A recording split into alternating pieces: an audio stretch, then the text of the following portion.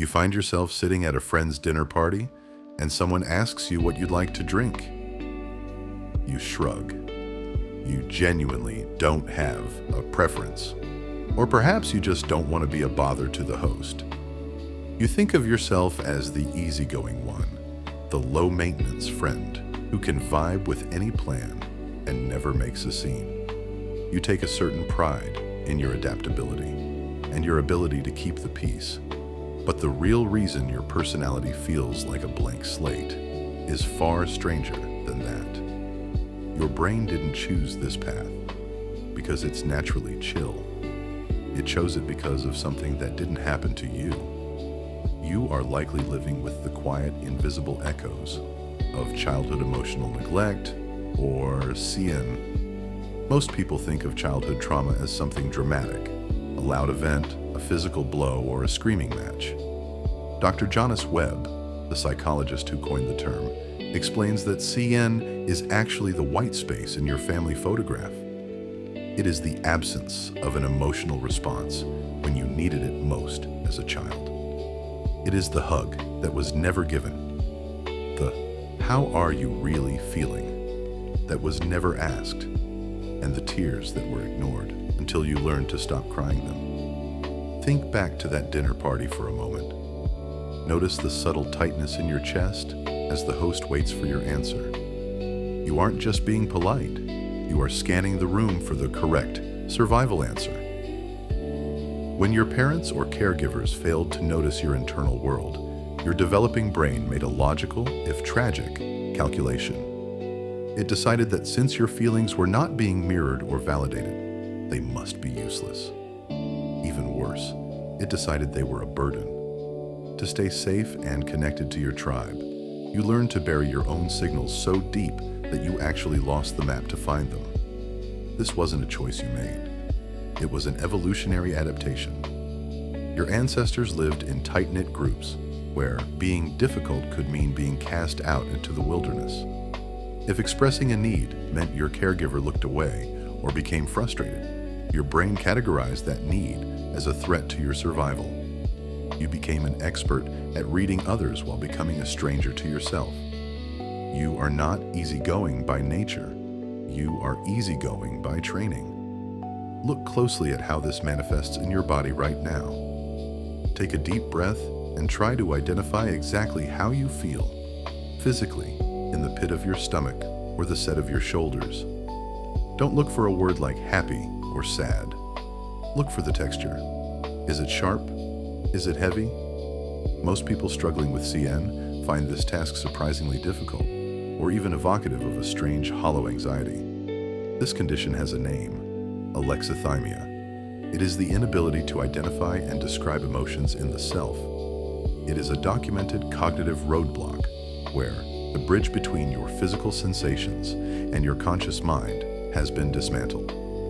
Researchers like Dr. Graham Taylor have spent decades showing how this isn't a lack of emotion, but a lack of processing. Your body is screaming, but your brain has muted the speakers. When you can't name the feeling, you can't use it as information. You end up making life-altering decisions, from your career to your partner, based on what you think you should want, rather than what you actually need. Consider the work of the legendary psychologist Harry Harlow. In his famous, though heart-wrenching, experiments with rhesus monkeys, he found that infants would choose a soft, non-providing cloth mother over a wire one that provided actual milk. The primal need for emotional warmth and tactile comfort was more vital than physical sustenance. When that warmth is missing in a human household, even if you are well-fed and have a roof over your head, the wire mother effect takes hold. You grow up feeling like a ghost in your own life because your emotional development was starved of the mirroring it required to grow solid. You might feel a sense of fatalistic detachment, a cognitive bias where you assume that since your needs were never met in the past, they never will be in the future. This leads to a profound sense of loneliness, even when you are surrounded by people who love you. You are there, but you aren't really there. You are performing the role of the good friend or the undemanding partner, while your true self remains locked in a basement you forgot you had. The twist is that your brain actually thinks it's doing you a favor. By numbing your pain, it also numbed your joy. You cannot selectively mute emotions. When you turn down the volume on the negative things like anger or sadness, you accidentally turn down the volume on passion and fulfillment too. This is why you often feel like you're watching your own life through a thick pane of glass. You see the world happening, but you can't feel the wind on your face. Let's test this right now with a real-time demonstration of the spotlight effect. This is a well-documented psychological phenomenon where people tend to believe they are being noticed much more than they actually are. For someone with CN, this effect is inverted and weaponized against the self. I want you to imagine you are walking into a quiet library and you accidentally drop a heavy book. In your mind, does everyone look up at you with judgment? Do you feel a sudden hot flash of shame for being too loud? That surge of embarrassment isn't about the book. It's about your brain's ancient fear that taking up space is dangerous. You are reacting to the phantom memory of being told, explicitly or subtly, that your presence should be invisible. You carry this bias into every meeting, every date, and every disagreement.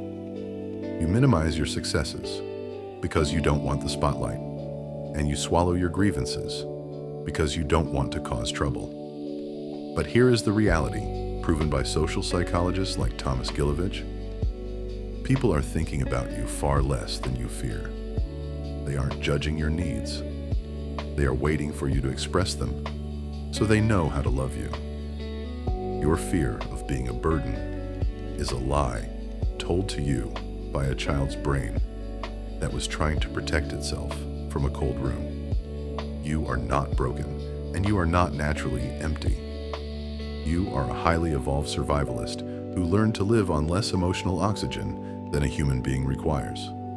The easygoing mask you wear was your armor, but the war ended a long time ago. It is time to stop being easy and start being real.